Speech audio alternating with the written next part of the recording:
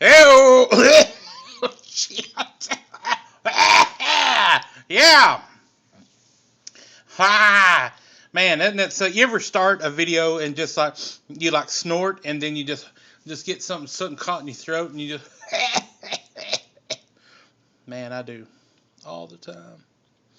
Anyway, let's talk about some models and stuff. So,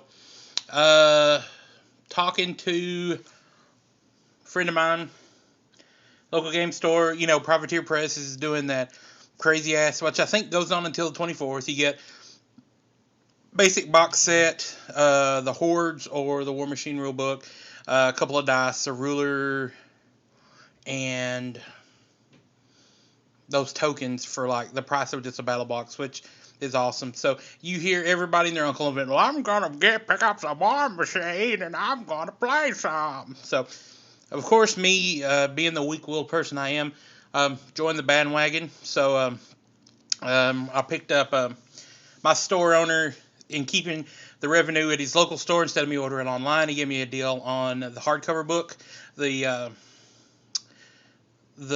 Scorn book, which I'll show you some models in a minute. The Scorn Collector's Dice, which are out of print, and the hardcover of the Hordes book, which you can't apparently get anymore. Some Privateer Press dice, Scorn dice, but it was all a really good deal, and so I was like, hell yeah, I'll do it, because I already had the Scorn models, because I bought those back a while, because I just like the look of the models. But so anyway, long story short, been working on some Scorn. If you've checked out my Facebook, you would know this. So let's just take a look at what I'm painting. Before we do that, let me just give you guys some news. I saw on Cypher Studios that a couple people who were doing the beta testing of the rule set are getting their comp copies of the Eldorado rules, and I've heard that the books are either in customs or coming out of customs, so hopefully within the month or so we'll be getting the Eldorado rule books. They're soft cover. I think they're like 200 something pages. Supposedly they're really pretty cool.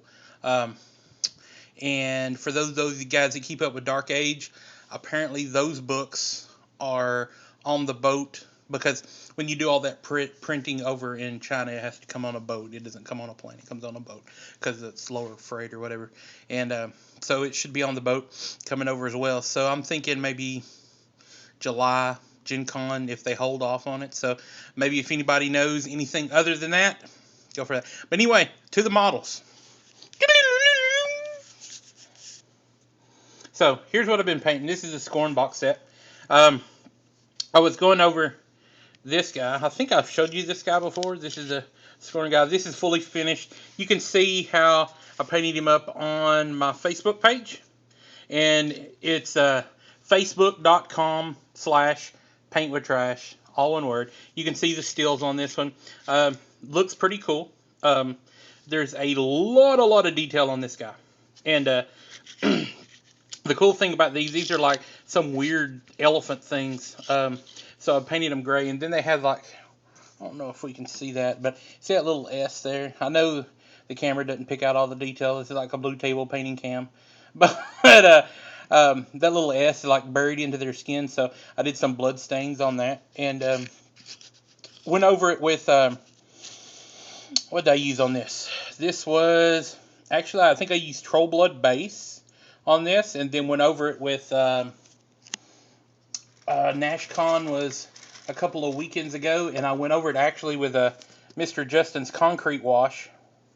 This is Lester's secret recipe, Lester Bruce's secret recipe. But yeah, I went over that in the shadows. I actually I used some a Cermin Blue wash, and yep, and put that in the shadows instead of doing like a black or a paint in the shadows, and it looks fantastic. And then I thought it looked a little cold after that with the blue sort of tinting it, so I threw a little Griffin Sepia glaze over it. Not a heavy glaze, not like how girl painting covers her models up with wash or something. Just a very, very, very thin glaze. Maybe I'll show you how to do it how I do it sometime. But it's very, very thin, and it just very lightly tints it, brings it back into like a more neutral, warmer, sort of a organic look to it. But I like how that looks. The Scorn models are covered in detail, and the armor is actually kind of beaten up, like especially on these plates. And I need to put some decals on the flags. Yeah, I'm lazy.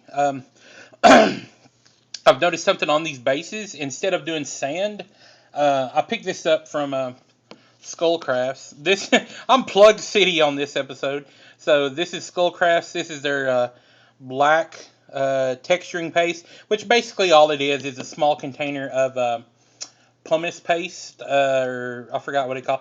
I know guys invent a lot of the commission guys. They'll use this texture paste for Flames of War and shit, but it actually on 28 mil it doesn't look bad. On these guys I'm working on here, I put the texture paste on, then you go and just paint them, do like a bestial brown, highlight it with snakebite leather, and then go over it with like an ochre color, and it makes excellent sand terrain. To put the Gale Force 9 grass on it, just in patches, and it makes a really cool sand terrain base like I did on this.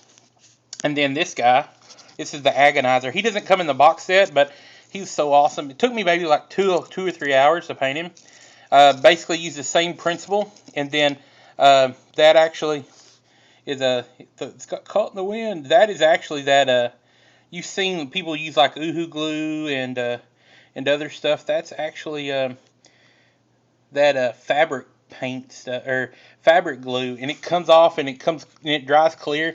Looks like a slobber line coming off of his mouth, because the Agonizers, if you look in the book, when these things are supposedly born, they gouge their eyes out so they're blind, and then they put these fish hooks under their skin, and if you look here, it looks like they've run like an iron or a copper rod through their back, and just put them through straight hell when they're born. So I just covered this in I'm pretty sure you've heard this from one place or another. If you use this Tamiya Clear Red, you can get it at like toy stores, stuff like that. Wherever you have Tamiya paint, look for a clear red, and clear red will give you like a really, really bright red. It smells like Tylenol when you open it. It's really weird. I think it's the same red stuff that they put in Tylenol, but you combine it. If you combine it with this, and this is Tamiya Clear Smoke, this right here is all you will ever need for blood.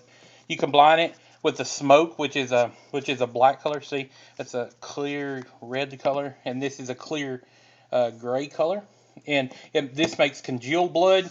If you want it more fresh, you can either do it that or just introduce a little. The more congealed, the more smoke you add, until you want like this corroded, like deep red black blood. You add a lot of that and a little of this, and you just put it on the model, and it dries glossy, so it looks fantastic. It's a secret.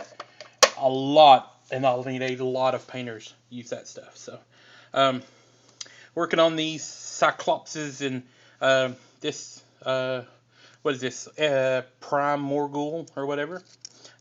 Just started working on that. So, just wanted to give you guys an update on what's going down in my world. So, yeah. So, yep, this is the messy table of trash. Anyway, you guys have an awesome day. Look at this. Look at this. I'll show you this. Look, I stole that off a garbage can. But anyway, you guys have an awesome week. Good gaming, and catch you guys later. And thumbs up. Remember, Facebook.com/paintwithtrash. Check me out, and talk to you later. Bye-bye.